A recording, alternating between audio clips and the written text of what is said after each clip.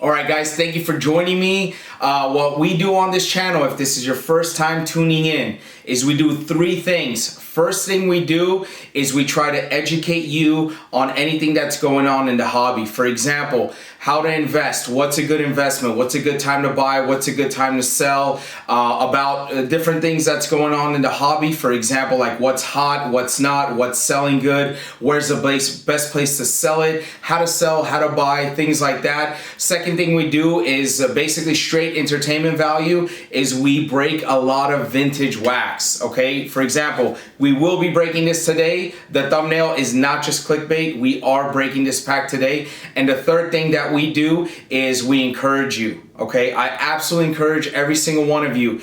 If you wanted to buy something, if there's a pack or a card or a box you wanted to buy, especially if it's vintage, I absolutely encourage you to do so. Okay, and part of the reason, plain and simply, there are lots of people breaking vintage wax. Okay, so if not the best investment in the next 10 to 20 years, vintage wax is going to be one of the top, I would say, 3 best investments in the hobby, period. Why? People are buying them, people are breaking them open, just like me, but on a much bigger scale, okay? And what that's doing is that's depleting the inventory out there of vintage wax. So if you haven't already invested in some vintage wax, whether you want to buy one pack or you want to buy boxes or cases, I highly encourage you to do so, okay? So without further ado, let me give you my information in case you guys want to reach out. Boom. And then here's my Instagram, guys. Instagram page I just opened a couple weeks ago. One thing that's really cool about Instagram is I put up 1 or 2 cards or maybe a few cards from the same set, and I give you guys a story. So it's not just I found a photo on the internet and I want to share it on my Instagram so I could get a bunch of likes. Everything I post on Instagram is actually part of my personal collection, and I tell you guys maybe how I acquired it, what I paid for it, what I profited, what I didn't, maybe it's part of my personal collection, so on and so forth. So a lot of good content. It's not just, hey, look, I like this card. It's more like I bought this card at this time, I ended up selling it for this was my profit, this is the time period that it took, etc., etc. I don't say things like, oh, I did well on it, or oh, this was good. I actually give you the number of the profit I made, how much time it took, where I bought it, etc., etc. Okay, so again, without further ado, we will be opening up this 1959 Christmas rack pack. It's technically a Topps Christmas rack pack, but it wasn't made by Topps. All the cards are Topps 1959. They were made by a third party in the 60s and 70s, and a lot of people will tell you that you cannot find stars or rookies in these packs. I absolutely disagree. As a matter of fact, a buddy of mine, he opened up, I want to say it was a 1958 Christmas pack, and he pulled an Al Kaline. And actually, if you guys look, there's also a 57 Christmas rack pack break on eBay, on YouTube, obviously, and the guy pulled a Yogi Berra. So it is absolutely possible to open this up, and I told you guys in a previous video, I'm going to tell you exactly why I'm opening it up. Let me show you the front. Let me show you the back. Okay.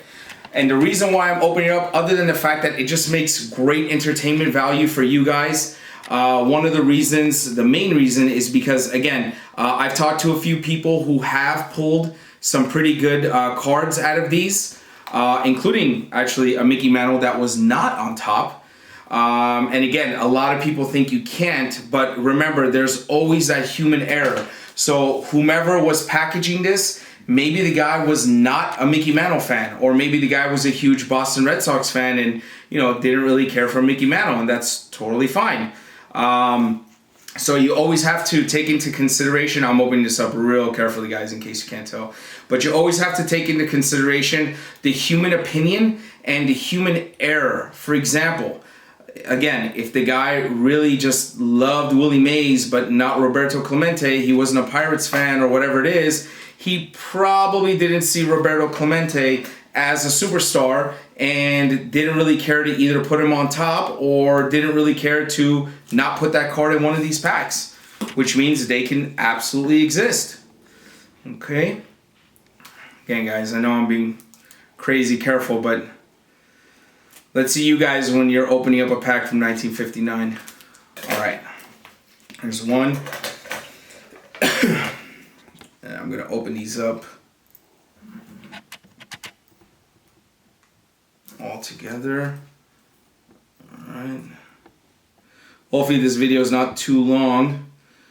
And if you guys are joining me for the first time, okay, I open up quite a lot of vintage wax, and in one of my recent videos where I said I'm coming back to YouTube, I told you guys that I have bought a bunch of vintage wax packs, rack packs, as well as some wax boxes, and I will be opening all of those on my channel pretty soon.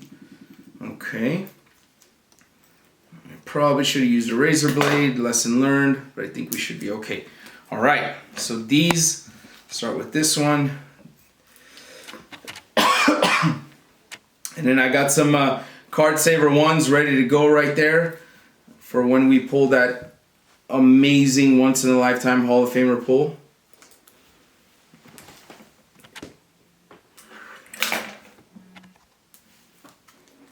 Okay.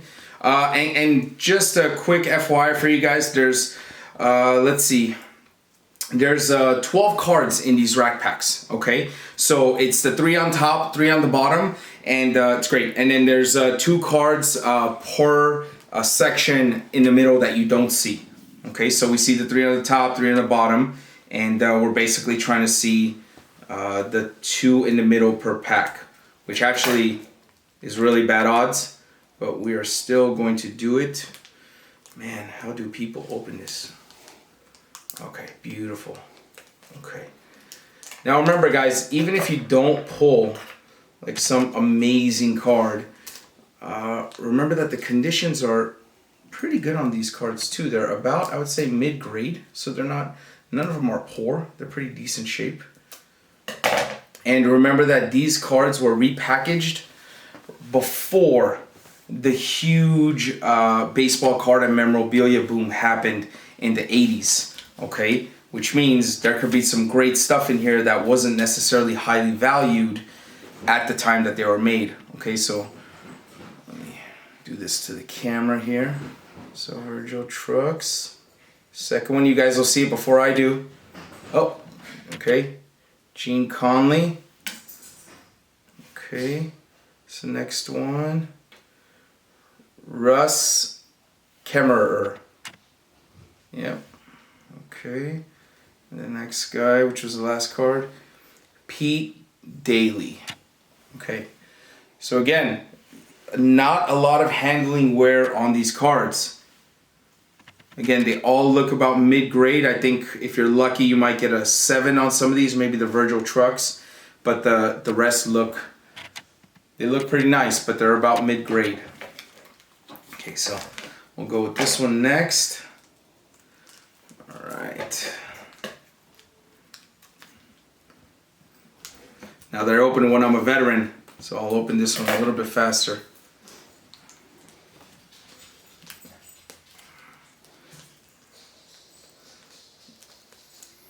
Well, maybe not so fast. You know what, let me try this side. This seems to be better.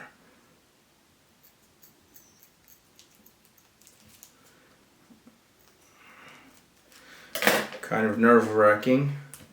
I can imagine there's a guy who opens up a 52 wax pack, 52 tops. I don't know if you guys have seen that.